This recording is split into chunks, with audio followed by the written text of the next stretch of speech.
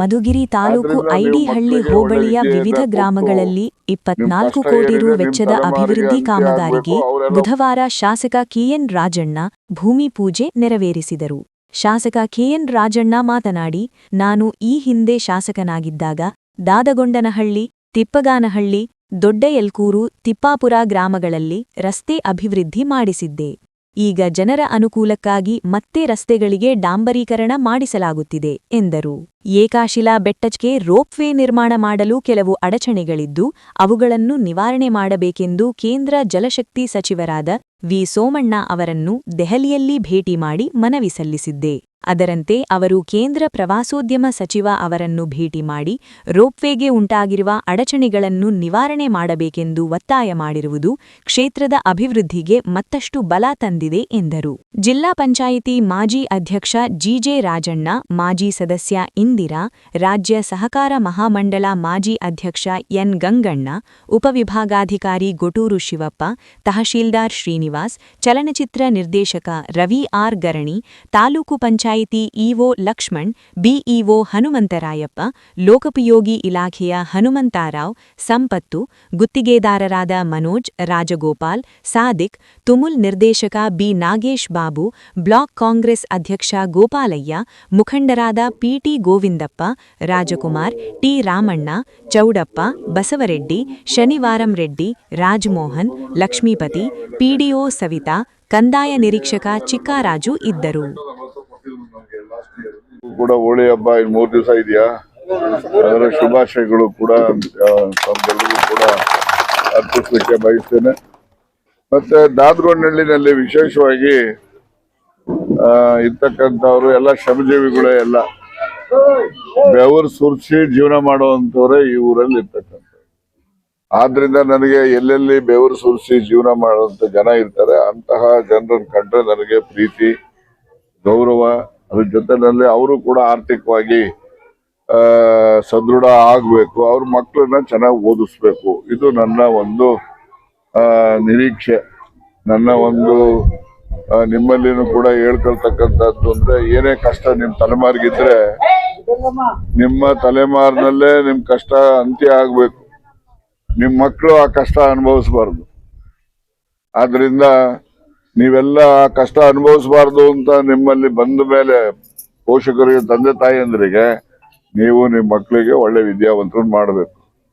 ನಿಮ್ಮೂರಿನಲ್ಲೇ ವಿದ್ಯಾವಂತ ಒಬ್ಬ ಎಂತ ನಮ್ಮ ಇವನು ಏರ್ಪೋರ್ಟ್ ಅಲ್ಲಿ ಇರೋದು ಜನಾರ್ದನ್, ಅವನು ಹೆಂಗಾರು ಇಲ್ಲ ಹಂಗವನೇ ಜನಾರ್ದನ್ ಅಂತ ಹೇಳಿ ಏರ್ಪೋರ್ಟ್ ಅಲ್ಲಿ ಕೆಲಸ ಮಾಡ್ತಾನೆ. ಅವನು ಕೂಡ ಅವ್ನ ಮಕ್ಕಳನ್ನೆಲ್ಲ ಒಳ್ಳೊಳ್ಳೆ ಸ್ಕೂಲಲ್ಲಿ ಓದಿಸ್ತಾವನೆ. ಅವನು ಓದಿದಾನೆ, ನಿಮ್ಮ ಮಧ್ಯೆ ಅವನು ಕೂಡ ಇದ್ದು ಅವನು ಓದಿ ಇವತ್ತು ಏರ್ಪೋರ್ಟ್ ನಲ್ಲಿ ಯಾವ ಅಲ್ಲಿರೋ ಅಯ್ಯಂಗಾರಗಳಿಗಿನ್ನ ಮೀರ್ಸಂಗೆ ಇರ್ತಾನ ಅವನು. ಹಂಗೆ ವಿದ್ಯೆ ಒಂದು ಕೊಟ್ರೆ ಅವನಂಗೆ ಆಗ್ತಾನೆ ನಿಮ್ಮ ಮಕ್ಳನ್ನ. ನಿಮ್ಮ ಮಕ್ಳು ಏನ್ ಅವರು ಇರ್ಲಿ ಆಗ್ಲಿ, ಇಲ್ಲಿ ಶಾಸ್ತ್ರ ಹೇಳ್ತಾನೆ ಅಷ್ಟೇ, ಇನ್ನೇನಿಲ್ಲ. ಇರ್ಲಿ, ನಾನು ಹೇಳೋದು ವಿದ್ಯೆ ಆ ಮಟ್ಟಕ್ಕೆ ಬೆಳೆಸುತ್ತೆ ಒಬ್ಬ ಮನುಷ್ಯನಿಗೆ. ಅದರಿಂದ ನಿಮ್ಮ ಮಕ್ಕಳನ್ನು ಕೂಡ ವಿದ್ಯೆಯಿಂದ ವಂಚನೆ ಆಗದ ರೀತಿನಲ್ಲಿ ನೀವು ನಿಮ್ಮ ಮಕ್ಕಳನ್ನ ಶಾಲೆ ಕಳಿಸಿ. ಸುಮ್ಮನೆ ಕೆಲ್ಸಕ್ಕೆ ಕಳ್ಸೋದು, ದುಡಿಮೆ ಮಾಡೋದು, ಅದರಿಂದ ಅವನ ಜೀವನನೇ ಹಾಳಾಗಿ ಹೋಗ್ತದೆ. ಅದಕ್ಕೋಸ್ಕರ ಈ ಮಕ್ಳು ನೋಡೋದು ಎಷ್ಟು ಖುಷಿ ಆಗ್ತಿದೆ ಹೇಳಿ. ಓದೋವಾಗ ನಾವೆಲ್ಲ ಓದೋವಾಗ ಕಾಲಿಗೆ ಚಪ್ಪಲಿನೂ ಇರ್ಲಿಲ್ಲ, ಸರಿಯಾಗಿ ಬಟ್ಟೆನೂ ಇರ್ತಿರ್ಲಿಲ್ಲ, ಸ್ಕೂಲಿಗೆ ಪುಸ್ತಕನೂ ಇರ್ತಿರ್ಲಿಲ್ಲ. ನಮ್ಗೆ ಎಲ್ಲ ಸ್ಲೇಟಲ್ಲಿ ಬರಿಬೇಕಾಗಿತ್ತು. ಆ ಸ್ಲೇಟ್ ಏನಾದ್ರು ಬರೀಲಿಲ್ಲ ಅಂದ್ರೆ ಈ ಬೆಣ್ಣೆ ಸೊಪ್ಪು ಅಂತ ಹೇಳಿ ಬದಿನ ಮೇಲೆ ಬೆಳೆಯೋದಲ್ಲ, ಅದನ್ನ ತಗೊಂಡೋಗಿ ಉಜ್ಕೊಂಡು ಬರ್ಕೋಬೇಕಾಗಿತ್ತು. ಇವತ್ತು ನೋಡಿ ಮಕ್ಕಳೆಲ್ಲ ನೋಡಿದ್ರೆ ಯೂನಿಫಾರ್ಮ್, ಶೂಸು, ಮತ್ತೆ ಟೀಚರ್ಸು ಅಷ್ಟೇ ಇವಾಗೆಲ್ಲ ಬಹಳ ಚೆನ್ನಾಗಿ ಪಾಠ ಮಾಡ್ತಾರೆ ನಿಮ್ಗೆಲ್ಲ. ಮೊದ್ಲೆಲ್ಲ ಟೀಚರ್ ಬಂದಾಗಲೇ ಬರೋರು, ಹೋದಾಗ್ಲೇ ಹೋಗೋರು. ಈಗ ಆ ತರ ಇಲ್ವೇ ಇಲ್ಲ. ಎಲ್ಲಾ ಕಡೆನೂ ಕೂಡ ಸರ್ಕಾರ ಮಕ್ಕಳಿಗೆ ವಿದ್ಯೆ ಕೊಡೋದಕ್ಕೋಸ್ಕರನೇ ವಿಶೇಷವಾಗಿ ಕಾಳಜಿ.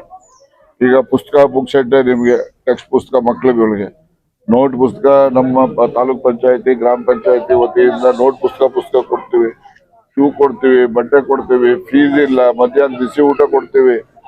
ಯಾರ್ದಾರ ಮನೆಯಲ್ಲಿ ಮಕ್ಕಳುಗಳು ಓದುವಂತ ಮಕ್ಕಳು ಮನೆಯಲ್ಲಿ ದೀಪ ಇಲ್ಲದೆ ದೀಪ ಹಾಕಿಸ್ಕೊಡೋ ಸ್ಕೀಮ್ ಬೇರೆ ಮಾಡುತ್ತೀವಿ. ಈಗ SLC PUC ಚುನಾವಣೆಗೆಲ್ಲ ಎಕ್ಸಾಮಿನೇಷನ್ಸ್ ಈಗಾಗಲೇ ಶುರುವಾಗಿದೆ. PUC ಆಗ್ತಾ ಇದೆ. 28ರಿಂದ SSLC ಕೂಡ ಅತಿ ಶೀಘ್ರದಲ್ಲೇ ಬರ್ತದೆ. ನಾನ್ ಮಕ್ಕಳಿಗೆ ಹೇಳ್ತಕ್ಕಂಥದ್ದು ನನ್ನ ಅನುಭವದ ಮೇಲೆ ಪರೀಕ್ಷೆ ಅಂತ ಹೇಳಿ ಗಾಬರಿ ಆಗ್ಬಾರ್ದು.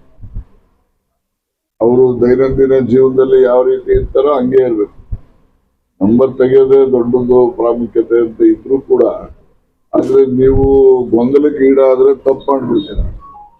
ಗೊಂದಲಕ್ಕೆ ಈಡಾಗಬಾರ್ದು. ಗೊಂದಲಕ್ಕೆ ಈಡಾಗದೆ ಇದ್ರೆ ನೀವು ಸರಿಯಾದಂತ ಉತ್ತರನೂ ಬರೀತೀವಿ, ಮತ್ತೆ ನಿಮಗೆ ಹೆಚ್ಚು ಅಂಕಗಳನ್ನು ಕೂಡ ಗಳಿಸ್ಲಿಕ್ಕೆ ಅನುಕೂಲ ಆಗ್ತದೆ. ಅದರಿಂದ ಗೊಂದಲಕ್ಕೆ ಈಡಾಗದೆ ಶಾಂತಚಿತ್ತತೆಯಿಂದ ನೀವು ಪರೀಕ್ಷೆಯನ್ನ ಎದುರಿಸಿ, ಅದರಿಂದ ನಿಮಗೆ ಒಳ್ಳೇದಾಗ್ತದೆ ಅಂತಕ್ಕಂಥ ಮಾತನ್ನ ಮತ್ತೆ ಅದು ಗೊತ್ತಲ್ಲ, 2-3 ಕೂಡ ಅಲ್ಲಿದ್ದೇನೆ. ಅವರು ಸೋಮಣ್ಣ ಗ್ರಾಂಟ್ ಅಲ್ಲೇ ಅವೆಲ್ಲ ಸ್ಯಾಂಕ್ಷನ್ ಆಗಿದೆ.